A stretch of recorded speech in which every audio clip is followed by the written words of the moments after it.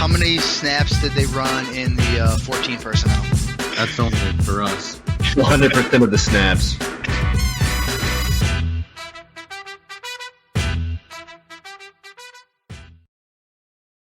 What's going on, everybody? Welcome in to 14P Fantasy. I am your host, Justin Wright, and today we got a new video style here. We're trying it out.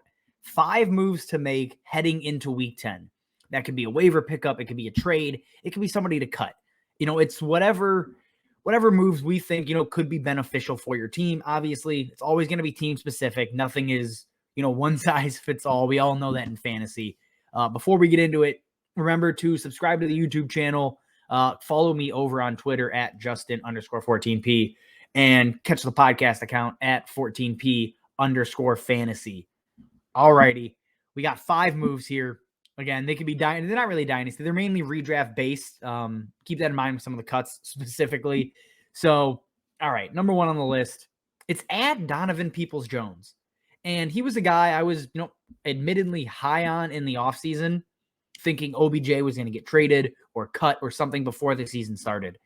And obviously none of that happened. However, going into Week 10, we finally get OBJ off of the roster officially. Donovan Peoples-Jones was healthy-ish again, we'll say in Week 9. He's probably going to be getting a full complement of snaps in Week 10 moving forward. And before that groin injury, he was on pace for a scorching hot second half of the season. The last 3 games, including Week 9, Donovan Peoples-Jones is averaging 18.2 points a game. His snaps are up, and he's starting to see over 70% consistently. I do think he'll be at that mark again in Week 10 on. He was at 60% in Week 9 because of the groin injury again. But man, if he is getting to 70-80% of snaps on every single week, you have the OBJ targets now available, which means he's, I think, the true alpha, the alpha type wide receiver in this offense. I love Jarvis Landry. He's not built to be, a win on the outside kind of guy. Donovan Peoples-Jones is. We saw that with his 2-touchdown game. He is just a big-ass human being, and he's been great the last 3 games. Again, if he's seeing 5 to 8 targets a week, he's at the very least a flex play. And if he's going to get these deep shots, he's going to get red zone targets.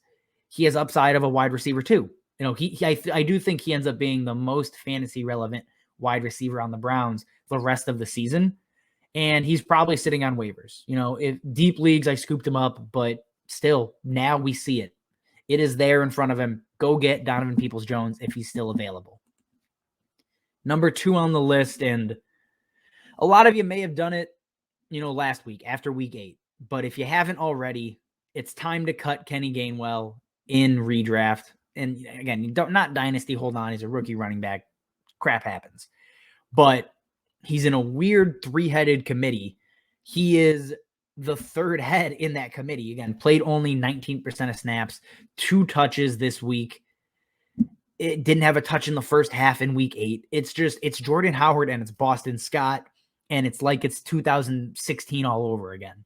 It's just weird. It's gross. I think Kenny Gainwell is the most talented player in that group. Clearly, the Eagles do not feel the same way, though. Again, he is, at this point, he's a worse version of Nyheim Hines. Nyheim Hines is up and down. You can never predict when he's going to go off, when he's going to actually get touches.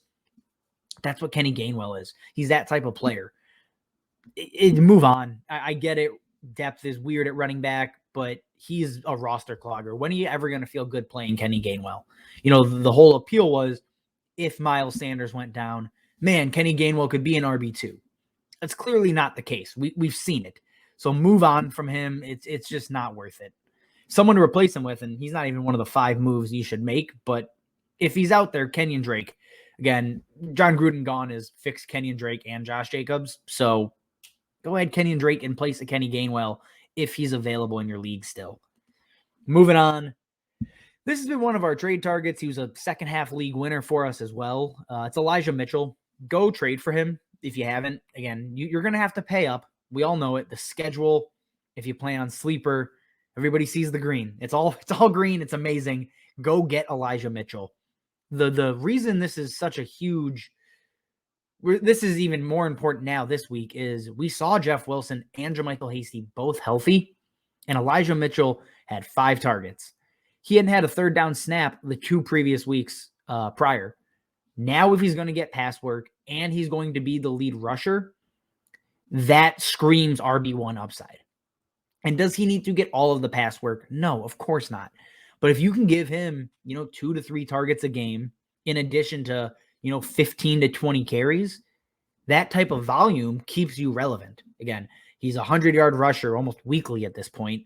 He is now getting involved in the pass game. I get Jeff Wilson's back, but Jeff Wilson is fine. I think Elijah Mitchell's better. Shanahan knows what he has, it seems like. Trey Sermon is all but gone from the situation. He removed the 49ers out of his bio. Elijah Mitchell has the chance to be a league winner. Again, if you need more on him, go look at our league winners video from last week. Elijah Mitchell is, the cover artist of that one as well. Go trade for Elijah Mitchell. Again, you're going to have to pay up, but he's a guy it's worth paying up for. Number 4 here, cut Laviska Shenault. This one sucks, just admittedly.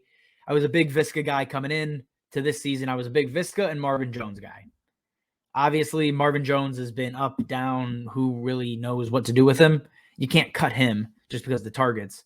But Laviska is someone you should cut if you didn't do it last week. Right now, he has seen over four targets once in his last 4 games. The only game he did, the Jaguars threw 50-plus times, so it made sense that he actually saw a rise in volume. But the target share is the concern. 13% over these last 4 weeks. DJ Chark is gone. This did not mean a huge bump in value for Viska like a lot of us thought, myself included. It's clearly not going to happen this season. If ever. Again, it's year 2. Guys break out late. But it is not encouraging right now whatsoever. He is behind Marvin Jones Jr. as well as Jamal Agnew in the pecking order in terms of target share.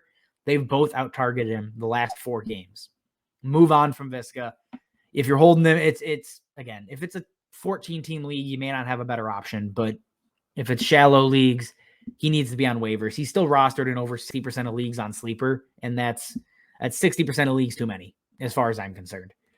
All right, and to close us out here, add Devonta Freeman. He has very quietly, fully taken over, what seems to be the Baltimore backfield. And yes, Le'Veon Bell saw 11 touches last week. Devonta Freeman saw 16. He's now had 5 straight games where his snap share has increased. He went from 8% 5 weeks ago to 51% in week 9. He is the RB1 in this offense. Again, does that make him an RB1 for fantasy? Of course not. But he needs to be rostered. He's rostered in under 50% of leagues still on Sleeper in redraft leagues. So with that being said, if you can go and get a guy that actually has RB2 upside on waivers this late in the season, that's not due to injury, it's not a bye week fill-in, then go ahead and make that move. He should be probably the top waiver ad if you need running back help. And James Conner, he's only available in like 10% of leagues or whatever. So if you're not lucky enough to have him available, Devonta Freeman is probably the priority ad for me. Him and Donovan Peoples-Jones, it depends on who's available and, what your roster looks like. But man, it's become Freeman and Lev Bell. When you look at red zone touches, Devonta Freeman has 11. Every other running back in their offense has 12 total. It's Devonta Freeman. Go add him now if you're looking for, an RB2 the rest of the season. It seems like he has fit that mold finally. All right, everybody. That's all we have. Subscribe to the YouTube. Drop questions. Drop a like if you enjoyed the video. Follow me over on Twitter at Justin_14P. As always, guys, thanks for watching, and we will see you next time. How many snaps did they run in the 14 personnel? That's only for us. 100% of the snaps.